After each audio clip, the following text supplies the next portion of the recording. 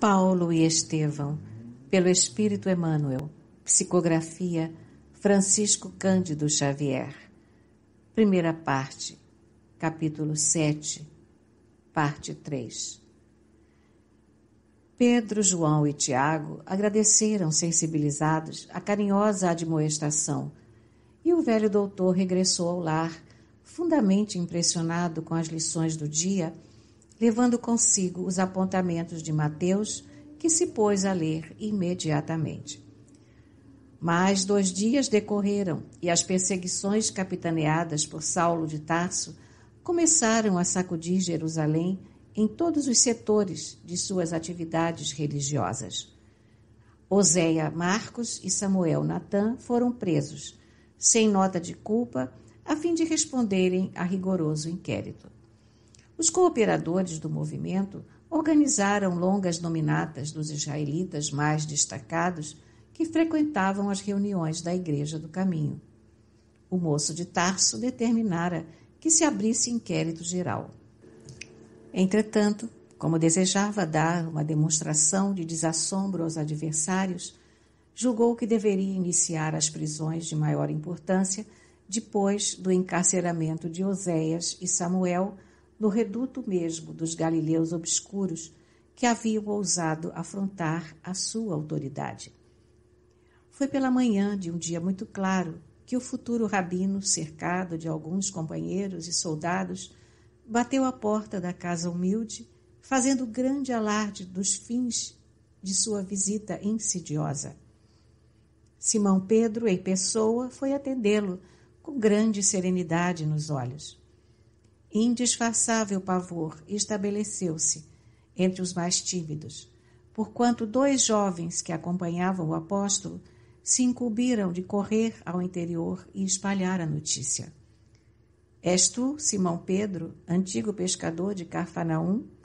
Perguntou Saulo com certa insolência. Eu mesmo, respondeu com firmeza. Estás preso, disse o chefe da expedição num gesto de triunfo, e mandando que 2 dos companheiros se adiantassem, ordenou fosse o apóstolo algemado incontinente. Pedro não opôs a mínima resistência. Impressionado com o temperamento pacífico que os continuadores do Nazareno testemunhavam sempre, Saulo objetou com escárnio. O mestre do caminho deve ter sido um alto modelo de inércia e covardia. Ainda não encontrei qualquer indício de dignidade nos seus discípulos, cujas faculdades de reação parecem mortas. Recebendo em cheio tão acerba injúria, o ex-pescador respondeu serenamente. Enganai-vos quando assim julgais. O discípulo do Evangelho é apenas inimigo do mal, e na sua tarefa coloca o amor acima de todos os princípios. Além do mais, nós consideramos que todo julgo com Jesus é suave. O jovem tarsense, detentor de tão alto poderio, não dissimulou o mal-estar que a resposta lhe causava, e apontando o continuador de Jesus, disse a um dos homens da escolta, Jonas, toma conta dele. E acentuando ironicamente as palavras, dirigiu-se aos demais com um gesto de desprezo para o apóstolo algemado, que o contemplava sereno, embora surpreendido. Não discutamos com este homem. Esta gente do caminho está sempre cheia de raciocínios absurdos. É preciso não perder tempo com a cegueira da ignorância. Vamos até lá dentro, prendamos os chefes. Os sequazes do carpinteiro hão de ser perseguidos até o fim. Resoluto, tomou a dianteira, penetrando ousadamente em busca dos apartamentos mais íntimos. De porta a porta, encontrava mendigos que o fitavam, tomados de espanto e de amargura. O quadro vivo de tanta miséria, abrigada, enchia-o de admiração, mas esforçava-se por não perder a enfibratura implacável, de maneira a executar seus projetos nos menores detalhes. Ao lado da enfermaria, de mais vastas proporções, encontrou o filho de Zebedeu, que lhe ouviu a voz de prisão, sem alterar a serenidade fisionômica. Sentindo as mãos grosseiras do soldado que lhe aplicava as algemas, João ergueu os olhos ao alto e murmurou simplesmente: encomendo-me ao Cristo. O chefe da caravana olhou com profundo desprezo e exclamou altivamente para os companheiros: faltam 2 dos mais suspeitos. Procuremo-los.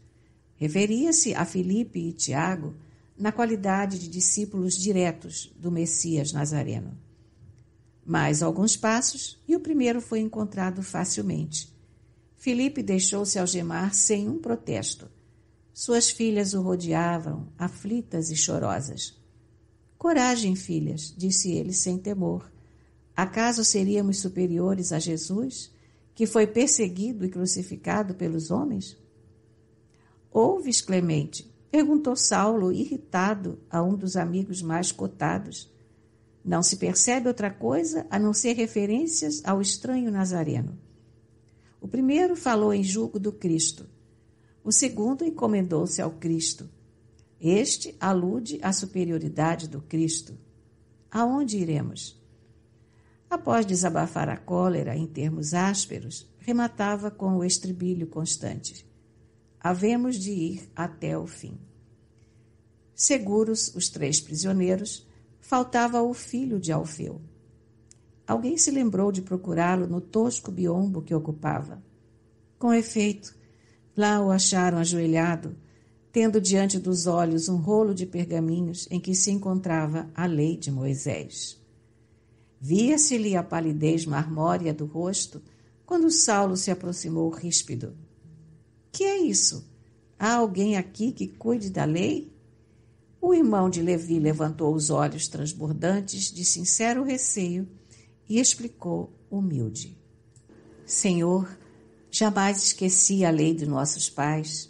Meus avós ensinaram a receber de joelhos as luzes do profeta santo. A atitude de Tiago não traduzia fingimento. Consagrando o máximo respeito ao libertador de Israel, sempre ouvira dizer que seus livros sagrados estavam tocados de virtude santa. Na expectativa do cárcere, atemorizara-se com o perigo iminente. Não pudera compreender maiormente, como outros companheiros, o sentido divino e oculto das lições do Evangelho. O sacrifício inspirava-lhe indisfarçáveis temores. Afinal, pensava ele na compreensão parcial do Cristo. Quem ficaria para superintender as obras começadas?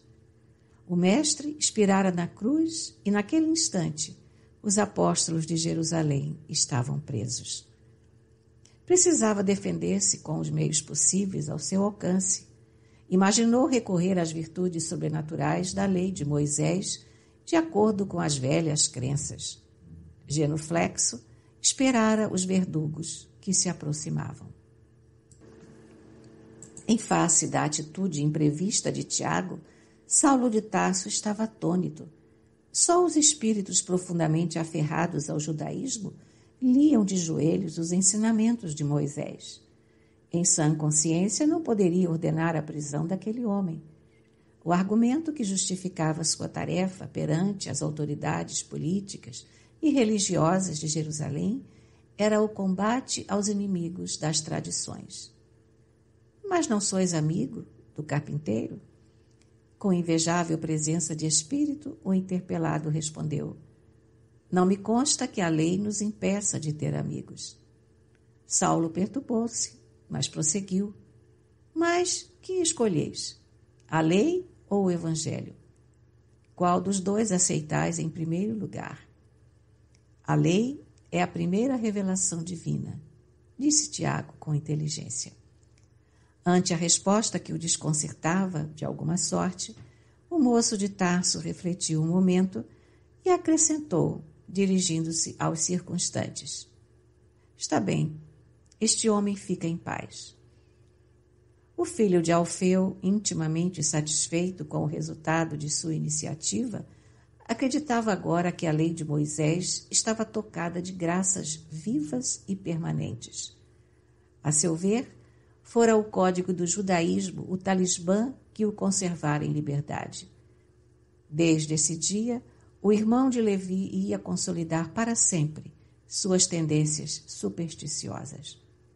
O fanatismo que os historiadores do cristianismo encontraram na sua personalidade enigmática teve aí a sua origem. Afastando-se do aposento de Tiago, Saulo preparava-se para sair, quando de regresso à portaria para ordenar a partida dos prisioneiros, esbarrou com a cena que mais o haveria de impressionar. Todos os doentes que se podiam arrastar, todos os abrigados capazes de se moverem, cercavam a pessoa de Pedro, chorando comovidamente. Algumas crianças lhe chamavam pai. Anciães trêmulos osculavam-lhe as mãos. Quem se compadecerá de nós agora? Perguntava uma velhinha, debulhada em pranto. Meu pai, aonde vão levar-vos?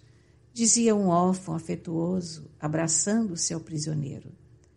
Vou ao monte, filho, respondia o apóstolo. E se vos matarem?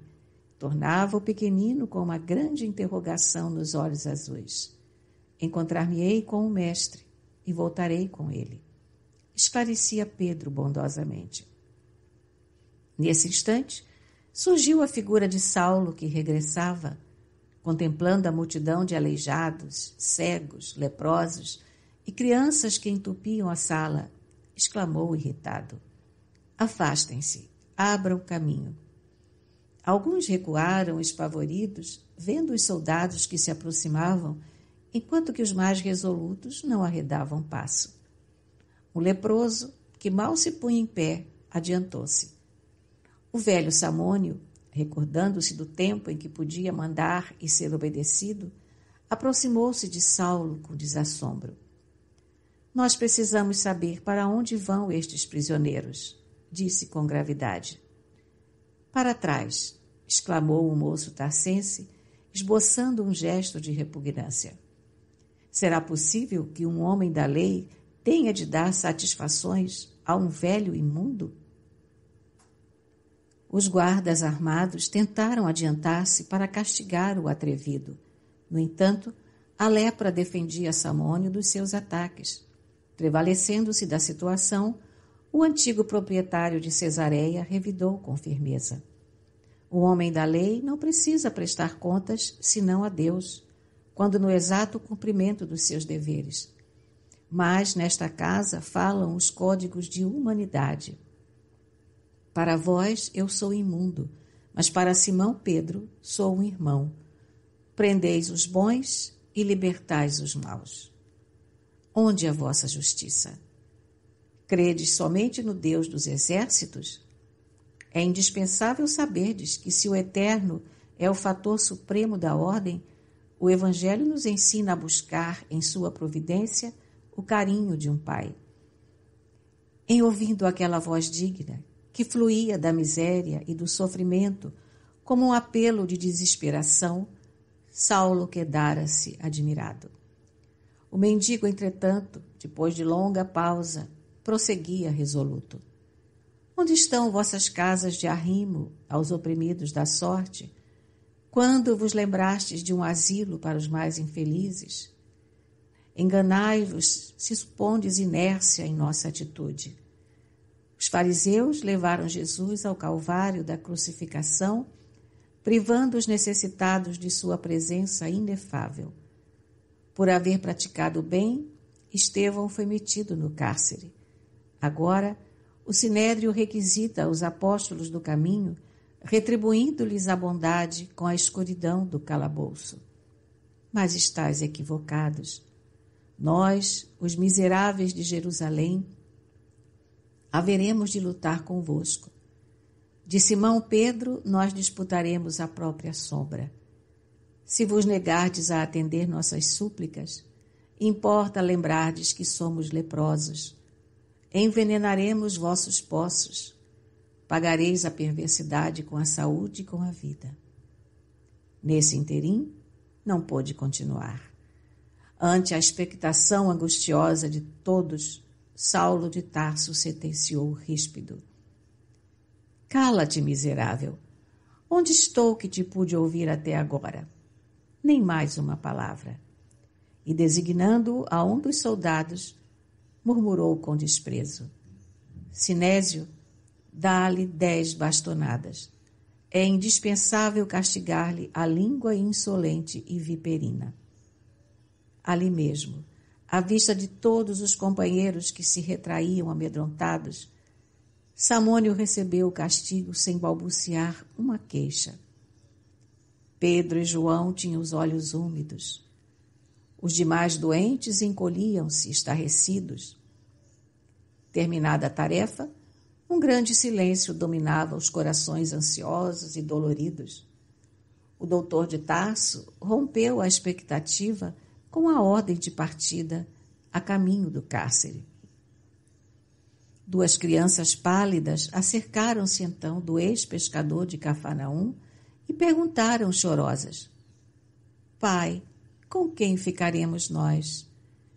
Pedro voltou-se, acabrunhado, e respondeu com ternura: As filhas de Filipe ficarão convosco. Se Jesus permitir, meus filhos, não me demorarei. O próprio Saulo, intimamente, estava comovido. Entretanto, não desejava trair-se a si mesmo, deixando-se vencer pela emoção que o quadro lhe provocava.